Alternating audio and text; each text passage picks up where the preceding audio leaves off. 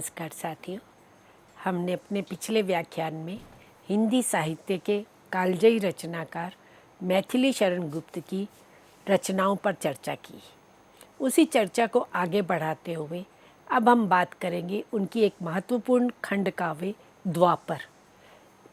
16 खंडों में विभक्त ये रचना है जिसका प्रकाशन 1936 में हुआ और ये आत्म संलाप शैली में रचित है।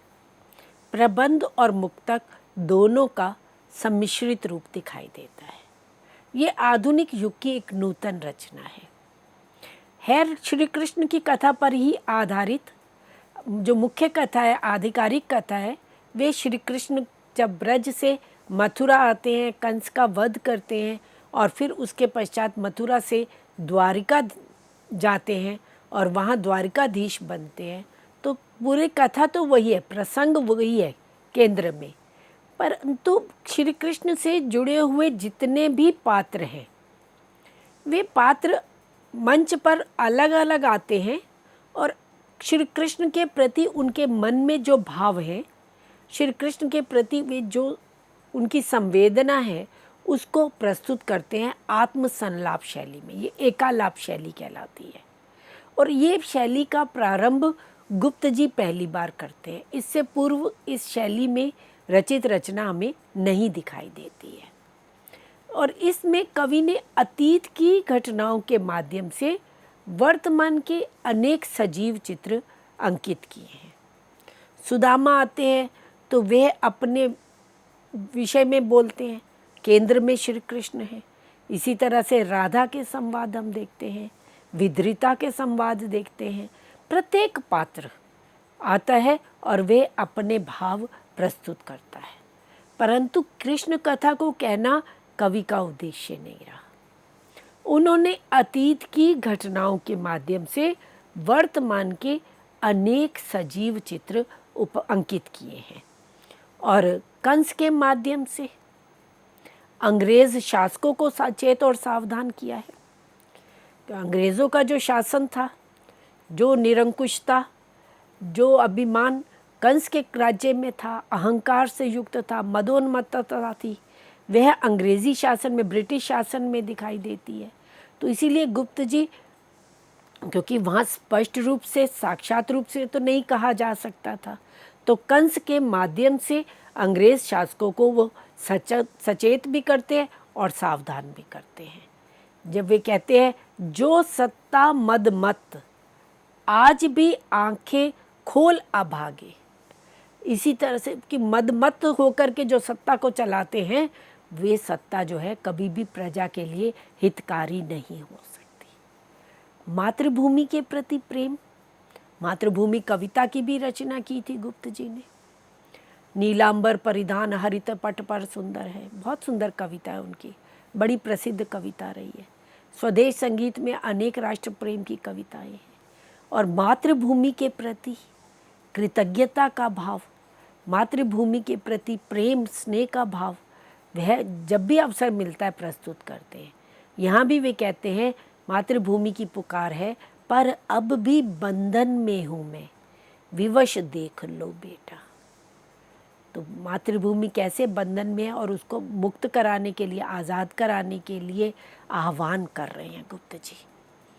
युवकों को युग के अनुकूल कार्य करने के लिए, सजग और सावधान रहने के लिए प्रोत्साहित करते हैं।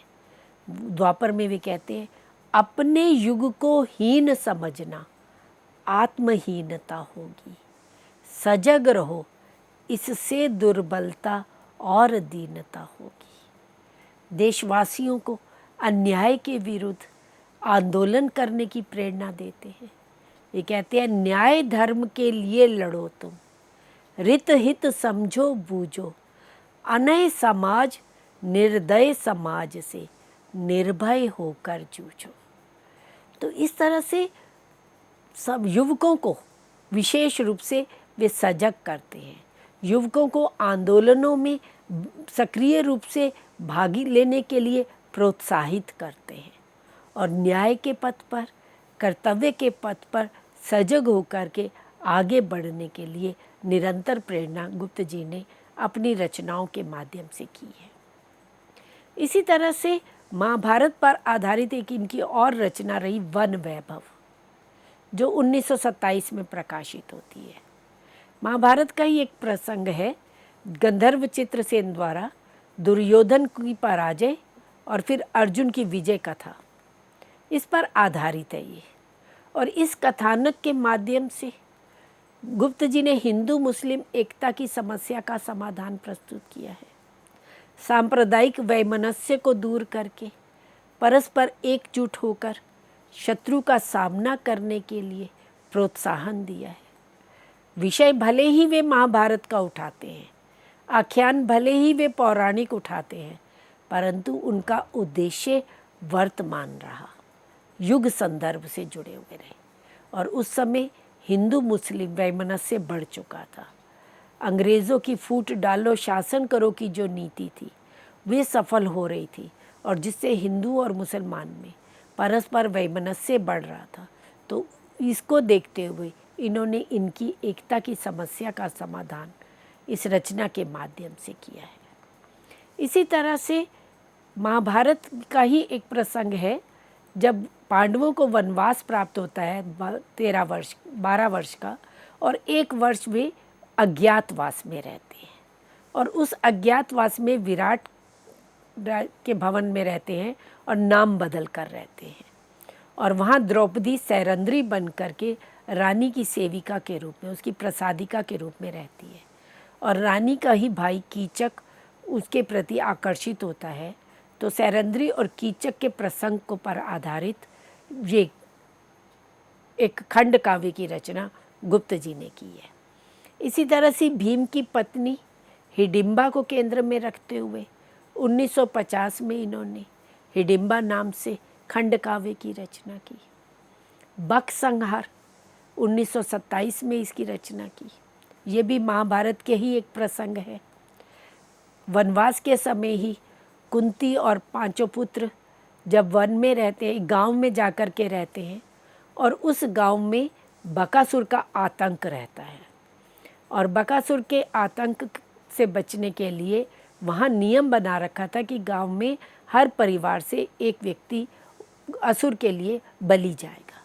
तो जिस परिवार ने इनको शरण दी थी उसी परिवार के बारी आती है, और उस परिवार की रक्षा के लिए, गांव की रक्षा के लिए कुंती जो है भीम को भेजती है बकासुर का आहार बनने के लिए। और वे भीम जाकर के बकासुर का वध करते हैं, और इस तरह से अपने कर्तव्य का निर्वाह करते हुए वे गांव की रक्षा करते हैं, और परिवार ने शरण दी है तो उस परिवार की भी रक्षा करते हैं। तो कुंती के आदर्श चरित्र को और भीम द्वारा बकासुर वध की कथा को इसमें प्रस्तुत किया गया है। तो इस तरह से महाभारत के अनेक आख्यानों को केंद्र में रखते हुए गुप्त जी ने अनेक रचनाएं, अनेक खंड काव्यों की रचना की, और जय भारत महाकाव्य की भी रचना की। अब हम बात करते हैं मित्रों पौराणिक आख्यानों के पर, जो विभिन्न पुराणों में कथाएं आती हैं, उनके आधार पर भी गुप्त जी ने रचनाएं लिखी। नहुष, शकुंतला, तिलोत्तमा नाटक की रचना, एक शक्ति खंड काव्य की रचना, ये पौराणिक कथानों के आधारित है। पौराणिक कथा के माध्यम से कर्म और आशा का संदेश देना, ये उनका मुख्य उद्देश्य रहा। नहुष का जो प्रसंग है, नहुष के चरित्र के माध्यम से वे समूचे राष्ट्र को उन्नति के शिखर पर पहुंचने के लिए सतत प्रयत्नशील रहने की प्रेरणा प्रदान करते हैं। संपूर्ण राष्ट्र को परमुखापेक्षी न रहकर निजी शक्ति को संचय करने की प्रेरणा प्रदान करते हैं। जो इनकी शक्ति रचना है, जो शाक्त धर्म पर आधारित है, दुर्गा सप्तशक्ति के प्रसंग पर आधारित है, जिसमें दुर्गा जो है वे शक्ति का रूप धारण करके असुरों का वध करती हैं। तो इसी शक्ति की रचना के माध्यम से वे संपूर्ण राष्ट्र को परमुखापेक्षी न होकर के अपने भीतर शक्ति का संचार करने के लिए, आत्मशक्ति का संचय करने के लिए और युद्ध के लिए तत्पर होने की प्रेरणा प्रदान करते हैं। इसी तरह से गौतम बुद्ध के चरित्र से, उनके जीवन से भी विशेष रूप से गुप्त जी प्रभावित रहे। और गुप्त जी का एक अन्य महत्वपूर्ण बिंदु रहा कि वे नारी की स्वतंत्रता के पक्षधर रहे। समाज की वे नारियां जो आदर्श रहीं, जो त्याग संपन्न रहीं, जिनका जीवन कर्तव्य युक्त रहा, जो पतिव्रता रहीं, आदर्श जीवन रहा, परंतु साहित्य में उनकी उपेक्षा हुई। तो ऐसी उपेक्षित स्त्रियों के चरित्र को, उनके व्यक्तित्व को समाज के सामने प्रस्तुत करना गुप्त जी का उद्देश्य है। इसीलिए वे साकेत की रचना करते हैं जब उर्मिला के चरित्र को प्रस्तुत करते हैं। विष्णुप्रिया की रचना करते हैं। विष्णुप्रिया में चैतन्य की पत्नी, उनके चरित्र को केंद्र में रखते हुए विष्णुप्रिया की रचना करते हैं। इसी तरह से यशोधरा खंड काव्य की रचना करते हैं, जो गौतम बुद्ध की पत्नी रही। सिद्धार्थ का विवाह हुआ है यशोधरा के साथ और राहुल का जन्म हुआ है, और अपने पुत्र को ना देखा और ना यशोधरा को बताया, और वे मुक्ति की तलाश के लिए घर से चले जाते हैं। और यशोधरा अपने कर्तव्य का भी निर्वाह करती है, अपने मातृधर्म का, पत्नी धर्म का, पुत्रवधू धर्म का, सभी कर्तव्यों का निर्वाह करते हुए किस तरह से वे अपना जीवन व्यतीत करती है, ये पूरा यशोधरा में प्रस्तुत होता है। यशोधरा के स्वतंत्र व्यक्तित्व की प्रतिष्ठापना एवं उसके उदात्त रूप के अंकन द्वारा भारतीय नारी को गौरवान्वित करना, ये गुप्त जी का उद्देश्य रहा। स्वाभिमानिनी एवं त्यागमयी भारतीय नारी के प्रतीक रूप में यशोधरा के चरित्र की गुप्त जी ने सर्जना की है।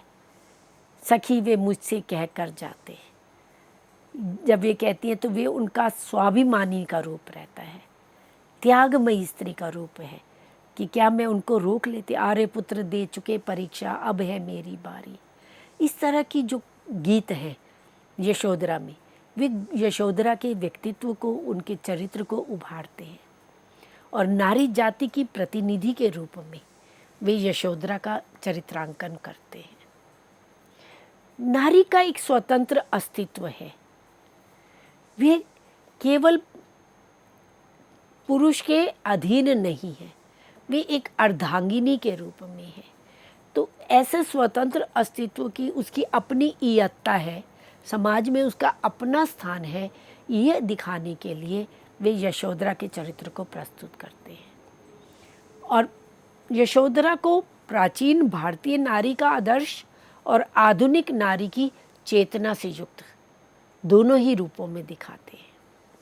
और गुप्त जी द्वारा सिद्धार्थ के माध्यम से विश्व मैत्री, विश्व कल्याण, अहिंसा, परोपकार, करुणा आदि भावनाओं का प्रकटीकरण किया गया है। क्योंकि गुप्त जी मानवतावादी कवि रहे हैं, विश्व कल्याण की बात करते हैं, यही उनका मूल उद्देश्य रहा है। और इसलिए गौतम बुद्ध द्वारा जो विश्व मैत्री का, विश्व कल्याण का संदेश दिया गया, तो उसको केंद्र में रखते हुए वे यशोधरा खंड काव्य की रचना करते हैं। और गांधी जी से भी प्रभावित रहे, तो बौद्ध धर्म के संदेश के साथ गांधी युग की भावनाओं की अभिव्यक्ति भी वे इस रचना में करते हैं। और यशोधरा एक नवीन प्रयोग के रूप में भाषा की दृष्टि से भी, शैली की दृष्टि से भी, वे गद्य भी है, वे पद्य भी है, उसमें गीत भी है, उसमें संगीत भी है, उसमें नाट्यता भी है, नाटकीयता भी है, कथात्मकता भी है, मुक्तक भी है। तो इस तरह से एक नवीन प्रयोग के रूप में यशोधरा खंड काव्य हमारे सामने आता है, और जो बड़ा महत्वपूर्ण रहा और आपके पाठ्यक्रम में भी निर्धारित है। इसी तरह से बौद्ध धर्म पर ही आधारित इनका एक श्रेष्ठ गीति नाट्य है अनघ, जो बौद्धकालीन जातक कथा का रूपांतरण है। इस रचना की प्रेरणा गुप्त जी को मग जातक और बौद्ध कथा के से प्राप्त हुई। 17 खंडों में विभक्त है इसका कथानक। बुद्ध और गांधी जी के प्रतीक के रूप में लेखक ने एक ऐसे व्यक्ति की कल्पना की है जो मानव धर्म का प्रतिष्ठापक प्रतिरूप बन गया। और इस रचना के माध्यम से गुप्त जी ने सत्याग्रह को भी प्रोत्साहन दिया है, सत्याग्रह को महत्व दिया है गांधी जी से प्रभावित होने के कारण। और इसी तरह से एक अन्य रचना है कुणाल गीत, जो 1941 में प्रकाशित हुआ। इसमें कुणाल की करुण गाथा का गीति शैली में चित्रण किया गया है और कुणाल के माध्यम से मानवतावाद और लोक कल्याण की भावना का स्वर मुखर होकर के आया है। तो ये रचनाएं रही बौद्ध धर्म पर आधारित। गुप्त जी धार्मिक समन्वय पर, सांप्रदायिक समन्वय पर विशेष रूप से बल देते रहे हैं। सिख धर्म और इस्लाम धर्म, इन दोनों पर भी आधारित इन्होंने रचनाएं लिखी। सिख धर्म पर आधारित गुरुकुल की रचना की, जो 1928 में प्रकाशित हुई। इसमें सिख गुरुओं के जीवन पर आधारित कथात्मक एक निबंध माला है। उनके चरित्र को उभारते हुए निबंध रूप में प्रस्तुत है और कवि के उदार धर्म दर्शन का प्रमाण है। सिखों के बलिदानपूर्ण आख्यानों द्वारा राष्ट्र को आत्मशक्ति जागृत करने एवं मानसिक बल को पहचानने की प्रेरणा इस रचना के माध्यम से गुप्त जी करते हैं। इसी के साथ ही वे इस्लाम धर्म को केंद्र में रखते हुए काबा और करबला की रचना करते हैं, जो 1942 में प्रकाशित हुई। इसमें हजरत मोहम्मद के जीवन पर आधारित अनेक काव्य निबंधों का संग्रह है। हिंदू मुस्लिम एकता की भावना को सुदृढ़ बनाने का प्रयास किया गया है, क्योंकि अंग्रेजी सत्ता को, विदेशी शासन सत्ता को हटाने के लिए, उनसे प्रतिशोध लेने के लिए, उनको बाहर करने के लिए, स्वतंत्रता प्राप्त करने के लिए आवश्यक था कि हिंदू मुस्लिम एकता की जाए। और इसीलिए वे सिखों के गुरुओं का महत्व देते हुए एक और गुरुकुल की रचना करते हैं, वहीं काबा और करबला की रचना करते हैं। अर्जन और विसर्जन की रचना करते हैं, जो 1942 में प्रकाशित हुआ। इसमें दमिश्क और उत्तरी अफ्रीका पर किए गए आक्रमणों से संबद्ध ये एक काव्य है। स्वतंत्रता के लिए त्याग और बलिदान की प्रेरणा प्रदान करता है। अर्जन और विसर्जन युवकों को प्रेरणा देता है त्याग करने के लिए, सर्वस्व अपना बलिदान कर देने के लिए। और इसी तरह से ऐतिहासिक विषयों को भी केंद्र में रखा। ऐतिहासिक विषयों पर आधारित भी गुप्त जी की रचनाएं रही, जिनमें महत्वपूर्ण रही सिद्धराज, जो 1936 में प्रकाशित हुई। इसमें सिद्धराज राजा जय सिंह के चरित्र को आधार में रखते हुए काव्य की रचना की गई। ऐसे ही एक अन्य खंड काव्य की रचना की रंग में भंग, जो 1910 में प्रकाशित हुआ। ये खंड काव्य राजपूती इतिहास पर आधारित है, ऐतिहासिक आख्यान पर खंड काव्य है। इसमें राजपूती आन बान और शान का वर्णन है। चित्तौड़ के राजा खेतल और बूंदी के राजा वीर सिंह के भाई लाल सिंह की शान और शौर्य का वर्णन है कि किस तरह से राजपूत जो है अपने आन बान शान के लिए, सर्वस्व समर्पित करने के लिए, देशभक्त के लिए अपना सर्वस्व समर्पण करने के लिए तत्पर हो जाते हैं। ये दिखाने के लिए इन्होंने रंग में भंग की रचना की और इससे युवकों को राजपूतों से प्रेरणा प्राप्त करने के लिए एक आदर्श स्वरूप हमारे सामने रखा। इसी तरह से गुप्त जी ने राष्ट्रीय महत्व पर आधारित अनेक रचनाएं की, क्योंकि गुप्त जी का मुख्य उद्देश्य राष्ट्र को उद्बोधित करना था, युवकों को प्रेरणा देना था, देश की स्वतंत्रता के लिए संघर्ष करने के लिए, आगे आने के लिए प्रेरित करना था। गुप्त जी अपने जीवन के प्रारंभ में गरम दल से प्रभावित रहे, बाल गंगाधर तिलक से, लाला लाजपत राय से, मदन मोहन मालवीय आदि से प्रभावित रहे और प्रारंभिक रचनाओं में उनका स्वर एक क्रांतिकारी कवि का स्वर दिखाई देता है। पर जब 1916 में गांधी जी सक्रिय राजनीति में आते हैं तो उनका जो व्यवहारिक पक्ष था उससे गुप्त जी अधिक प्रभावित होते हैं।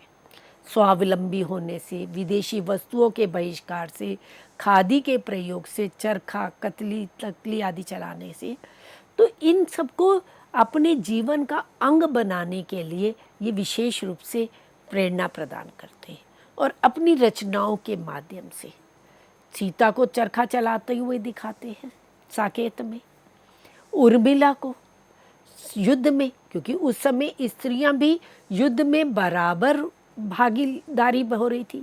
गांधी जी स्त्रियों को भी प्रेरित कर रहे थे कि वे भी घर की चौखट से बाहर आकर के स्वतंत्रता के लिए आगे आए।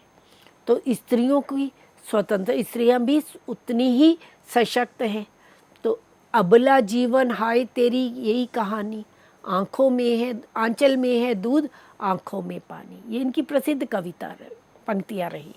परंतु वही स्त्रियाँ, लक्ष्मण की पत्नी उर्मिला, समय आने पर, अवसर आने पर शस्त्र उठा करके सेना का प्रतिनिधित्व भी करती हैं। तो उस ऐसे ही सब राष्ट्रीय भक्ति भावना से प्रेरित होकर के गुप्त जी ने अनेक रचनाएं लिखी और उनकी बड़ी प्रसिद्ध रचना रही भारत भारती, जो 1912 में प्रकाशित हुई। ये सांस्कृतिक नव जागरण का ऐतिहासिक दस्तावेज था। ये एक तरह से राष्ट्रीय स्वतंत्रता का घोषणा पत्र था। इसमें अतीत की गौरवमयी झांकी भी है, वर्तमान की दुर्दशा का चित्रण भी है और भविष्य की एक स्वर्णिम आशा भी दिखाई देती है। हम कौन थे, क्या हो गए और क्या होंगे अभी। हम कौन थे एक और अतीत का स्वर्ण है, अतीत की गौरवमयी झांकी है। क्या हो गए वर्तमान की दुर्दशा का वर्णन है और क्या होंगे अभी। आओ मिलकर विचारें ये समस्याएं सभी। तो इस तरह से गुप्त जी ने भारत भारती में 3 खंडों में, अतीत खंड, वर्तमान खंड और भविष्यत खंड, 3 खंडों में सांस्कृतिक नव जागरण का संकेत दिया और पराधीनता की बेड़ियों से मुक्त होने के लिए भारतवासियों को प्रोत्साहन दिया और भारत भारती के माध्यम से ब्रिटिश साम्राज्य की कटु आलोचना भी प्रस्तुत की। छोटी सी रचना है, परंतु उस समय प्रभात फेरियों में, स्कूल्स में प्रार्थना में गाई जाती थी और स्वतंत्रता के लिए जब युवक आंदोलन करते थे, बाहर निकलते थे, तो वे इसको गाते हुए, भारत भारती को गाते हुए जाते थे। और अंग्रेज़ों द्वारा प्रतिबंध लगा दिया गया, जब्त कर ली गई। भारत भारती पर भी उन्होंने प्रतिबंध लगाने का प्रयास किया गया, परंतु इन्होंने इस रूप में रचना की कि वे भारतवासियों के कंठ का हार बन गई। एक दूसरी रचना रही स्वदेश संगीत। ये इसमें भी विभिन्न कविताओं का, गीतों का संग्रह है।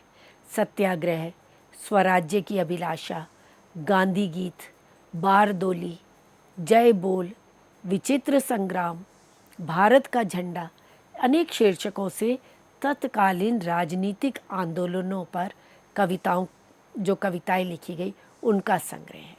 सत्याग्रह के विषय में एक कविता कहते हुए वे कहते हैं, सत्याग्रह के कवच हमारा, कर देखो कोई भी वार, हार मानकर शत्रु स्वयं ही यहाँ करेंगे मित्राचार। ये गांधी जी के सत्याग्रह का प्रभाव था। तो इसी तरह से अंजलि और अर्घ्य, इन्होंने गांधी जी की मृत्यु पर एक कविता की रचना की। वैतालिक के जागरण गीत, ये भी राष्ट्रीय महत्व पर आधारित इनकी रचना है, जिसमें भारतवासियों को प्रगति के लिए प्रेरणाप्रद गीत लिखे। भारतीय संस्कृति का पाश्चात्य संस्कृति के साथ सामंजस्य स्थापित करने का संदेश इसमें दिया गया है। एक अन्य इनका रचना है हिंदू। इसमें राष्ट्रव्यापी सामाजिक जड़ता, वैयक्तिक निष्क्रियता, धार्मिक असहिष्णुता, सांप्रदायिक एवं जातिगत भेदभावों को दूर करने की प्रेरणा देते हुए गीतों की रचना की गई है। इसी तरह से इन्होंने किसान की रचना की, कृषक जीवन पर आधारित, कुली प्रथा पर आधारित, जिसमें किसान किस प्रकार से कष्ट सहते हैं और उस समय श्रमिकों को किस तरह से धोखा दे करके, लोभ दे करके और फिजी आदि देशों में ले जाया गया और उनसे बेगारी कराई गई। तो उनकी जो व्यथा कथा थी वे किसान में प्रस्तुत करते हैं। इस तरह से मैथिली शरण गुप्त जी ने अनेक रचनाओं की रचना की और अनुवाद भी किया। बंगला में मेघनाथ वध का अनुवाद हिंदी में किया, माइकल मधुसूदन का मेघनाथ वध, उसका हिंदी में अनुवाद किया। व्रजांगना का हिंदी में अनुवाद किया। अनेक रचनाओं को, संस्कृत की अनेक रचनाओं का हिंदी में अनुवाद किया। तो इनकी अनुदित रचनाएं भी हैं, मौलिक रचनाएं भी हैं। प्रारंभ में ब्रज से प्रारंभ करके और फिर खड़ी बोली में प्रारंभ करते हुए और फिर खड़ी बोली को एक साहित्यिक रूप प्रदान करते हुए अनेक रचनाओं की सृजन किया। तो कुल 74 रचनाएं इनके द्वारा लिखी गई हैं और जिनमें से कुछ महत्वपूर्ण रचनाओं पर आज हमने चर्चा की। आज की चर्चा को हम यहीं समाप्त करते हैं। अगली बार नए विषय के साथ पुनः प्रस्तुत होंगे। धन्यवाद।